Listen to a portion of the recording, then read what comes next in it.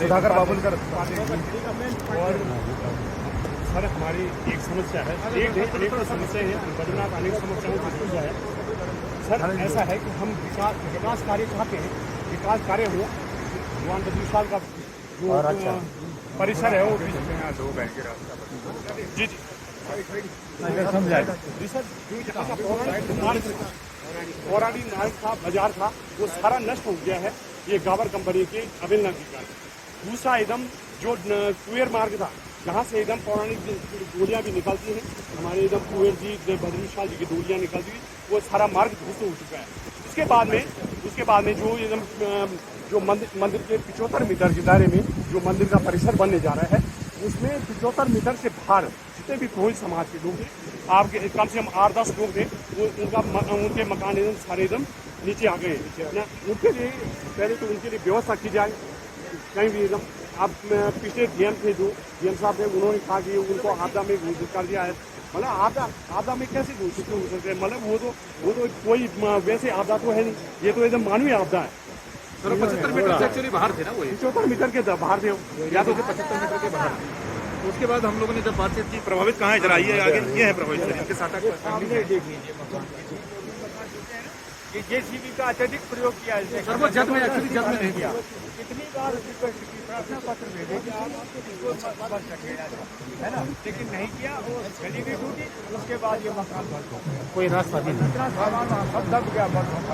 Actually sir ये वो कि ये सारी पथरावली बामणी गांव, ये जो एक्चुअली ये रास्ता है सर, ये पुराना, ये रास्ता आम रास्ता, कुबेर गली पुराना रास्ता है, तो कुबेर गली का तो ये एक्चुअली ये रास्ता बामणी गांव को और सारे जो हमारे जो पंडित दिन भर में कम से कम इसमें 1000-2000 लोग आवे जावी करते हैं ना। आज एकदम बाधित हो चुका है ये ना। और दूसरी बार मुझे लगता है कि दूसरी बार जब भगवान बद्रीनाथ की डोली आएगी तो कहीं कोई और विकल्प ढूंढना पड़ेगा ना। सारी एकदम वही खत्म हो चुके हैं।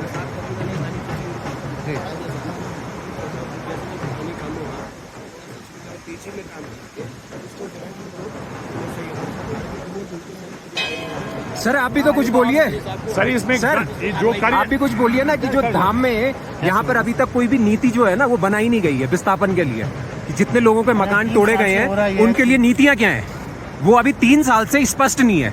लोगों को अपने घरों को छोड़ करके और उनको धर्मशालाओं में ठूसा गया है। जिन धर्मशालाओं में वो रह रहे हैं वहाँ के जो सेवक जन है वो उनको वहां से निकाल रहे हैं। अब मैं आपको एक प्रकरण दिखाता हूँ अभी वर्तमान का। बद्रीनाथ में कुछ लोगों के मकान टूटे, उनको प्रशासनिक अधिकारियों ने, आपके जो पहले थे यहाँ पर, उन्होंने मंदिर समिति की धर्मशाला में कमरा दिया। अब उनको प्रशासनिक अधिकारी कोई कुछ नहीं कह रहे कि आप खाली करिए, लेकिन मंदिर समिति उनके पास जा रही है कि आप यहाँ से खाली कीजिए। ये लोग मंदिर समिति वाले कौन होते हैं? जब प्रशासन के अधिकारियों ने उन्हें दे रखा है तो मंदिर समिति ऐसे ही ये परमार्थ धाम में भी हो रहा है, ठीक है। तो ये सारी चीजें 3 साल से हो रही हैं और इन 3 सालों में हम हर बार हर अधिकारी को और प्रशासन को, शासन को और सरकार को हर तरीके से इंगित कर चुके हैं, लेकिन अभी भी क्या कर रहे हैं कि यहाँ पर भ्रम की स्थिति पैदा कर रहे हैं। किस तरीके से? परसों हमारी लॉटरी के लिए यहाँ पे प्रावधान रखा है जिसका कोई भी मंतव्य नहीं बनता, जबकि हमारी स्वयं की जमीन है, सब कुछ स्वयं का है, तो हम लॉटरी में क्यों जाएं? तो यहाँ की स्थिति को जानिए, समझिए और इसके लिए समाधान जितनी जल्दी से जल्दी हो सकता है उतनी जल्दी से जल्दी निकालिए। नहीं तो हमारा 11 तारीख को जो आपने लॉटरी का प्रावधान भी है उसका भी हम पूर्ण विरोध करेंगे, वो सारा विरोध होगा। ये वो लोग हैं जहाँ नहीं ठीक है, दर्शन हर कोई दर्शन करने आ रहे हैं यहाँ पे। ये अधिकारी हैं यहाँ के, भरे हुए मकान थे, ये अधिकारी हम बात रख रहे हैं। गद्दे, बाल, विचार सारे जो भी सामग्री होती है और विशेष एकदम इनके किसी का सामान मिल ही नहीं रहा है 3 साल से। अमूल्य चीजें 3 साल से सामान गायब हो रखा है। जो कि इसमें अमूल्य चीजें वो थी जो कि इनके बही खाते थे वो एकदम सारे नष्ट हो चुके हैं। नहीं रुक गया उसका जो मैं आपको एकदम फोटो भेजूंगा ना। इस प्रकार से उनकी नहीं दर्शन ही है, ये दर्शन ही हो रहे हैं ये बद्रीनाथ धाम के चाहते हैं कि धाम में ये जो चल रहा है इसके भी दर्शन जरूरी है ना। नहीं कार्यालय क्या, इनको अब ऐसे पकड़ेंगे? कितनी बार आ गए हैं इनके अधिकारी? हाँ तो नहीं उनको स्थिति पता होनी चाहिए, वो कुछ तो बोले। सर आप कुछ तो बोलिए। हाँ सरमदान से हाँ कल ही ज्वाइन किया, ठीक है। तो आज मैं सारी एजेंसीज को बुलाया, ठीक है, एक बार मैं समझ लेता हूँ। हाँ ठीक है।